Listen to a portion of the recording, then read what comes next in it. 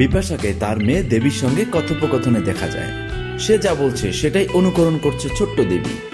শুরুতে ইংরেজিতে কথা বললেও পরে নিজের মাতৃভাষা বাংলায় মেয়ের সঙ্গে কথা বলতে শুরু করেন বাঙালি মেয়ে বিপাশা।